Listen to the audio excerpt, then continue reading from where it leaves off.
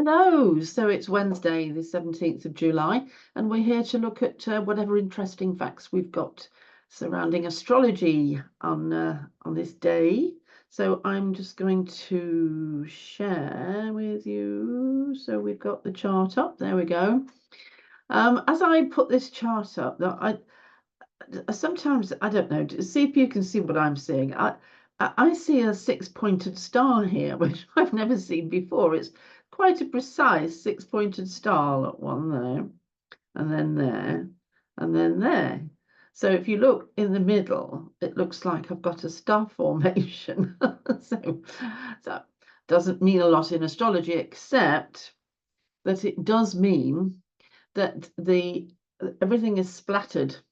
It's all over the place. And so there's no definite direction. There's no definite direction of travel, if you like. So if we're all on a giant lily pad floating through the cosmos, just experiencing this arrow of time in our dimension, then there is no particular place to go at the moment. There's loads of different options. And my problem with that is always, well, it doesn't help me make my mind up.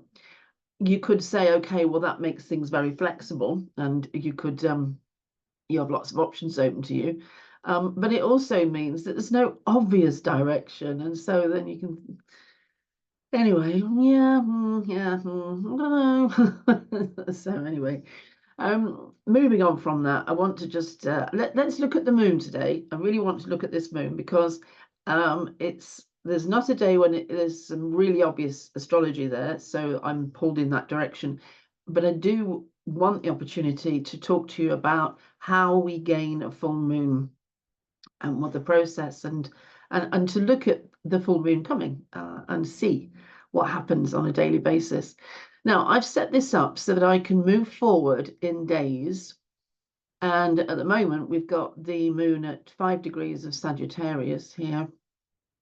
Okay, so what I'm going to do is I'm going to move forward a day and then point out to you where it is. Okay, so we'll go forward one day and it's now at 18 Sagittarius. Okay, and this is at the same time every day, wherever you are in the world. This is just before nighttime, shall we say, something like that. Or is it? Wait a minute.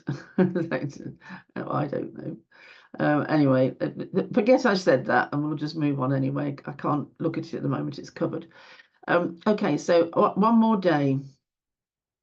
Okay, so now we're at 1 degree of Capricorn. Now the sun is up here, right? And the moon is moving around us. And so it is going to come into an opposition. Okay, another day. Now we're on the 20th of July, which is Saturday. And I'm going to move forward another day now. And now we're at 29 of Capricorn. And the sun is at 29 of Capricorn. So this is your exact full moon. And this is on the 21st, which is the Sunday. And actually, yeah, so this isn't just before nighttime. This is at midday in any part of the world. Wherever you are at midday, this is sort of the vague thing because the sun is up in the midheaven. Okay, so what I wanted to actually talk to you about was see how close this is to the end of these zodiac signs. So right at the end of Cancer, 29 degrees of Cancer for the sun, 29 degrees of Capricorn for the moon, we have the full moon.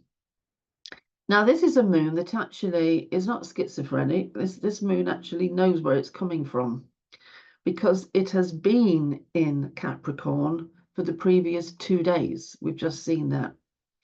The sun has been in Cancer for the previous however many days, 30 days, something like that. And so they are building up to the full moon or the opposition of the sun and the moon in a zodiac sign that they then complete in.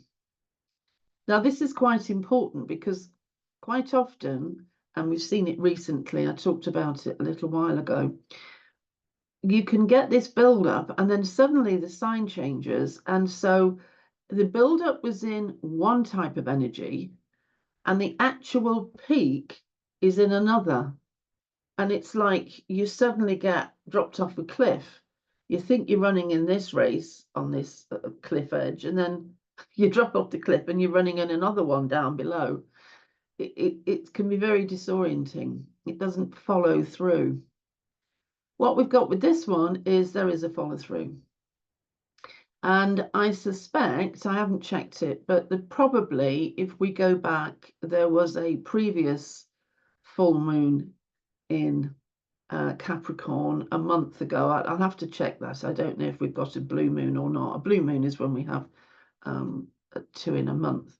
But anyway, well, not 2 in a calendar month, 2 when the sun is in a particular zodiac sign. So we get 2 full moons in Capricorn.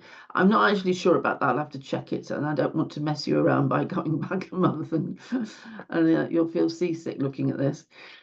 But anyway, so what I wanted to talk to you about in terms of that was if the approach is in Sagittarius. Now, Sagittarius is who cares sort of energy. Certainly not Sagittarius. It's very much a go-getting, confident, zip-happy energy where you just jump on the karaoke, do whatever you want to do, and you'll get away with it. It's when you spend too much money, when the sun is in Sagittarius just before Christmas, we spend too much money, right? Anyway, so the moon is in Sagittarius approaching Capricorn, so it's all sort of like boundaryless and free and go for it. And then the moon, 2 days before it goes full, gets into Capricorn. Now, at that point, it tightens up because we've gone from a masculine energy to a feminine energy. So it suddenly pulls in. So remember, feminine pulls in like gravity and masculine pushes out like solar energy. Okay, so just before the full moon, there is this pulling in, very much like a stern tutor. So when you think about Capricorn, it's like it's very austere. You get told off and disciplined, and there are boundaries which you can't go over. And so it tightens up for that, and it will be, as it always is when the full moon is in Capricorn or Cancer, that axis is about parents, families, about unconditional love versus conditional love, and nurturing versus austerity. I've been through this list before. So those are the kinds of things that we can expect to be around us in the energy. Okay, right. I'm going to leave it at that. And tomorrow I'll tell you if we did have a previous full moon in Capricorn. Escapes me. But anyway, it was nice to talk to you. And I'm going to say goodbye now. And I'm supposed to be saying, oh yeah, there we go. Gosh, I was going to say goodbye.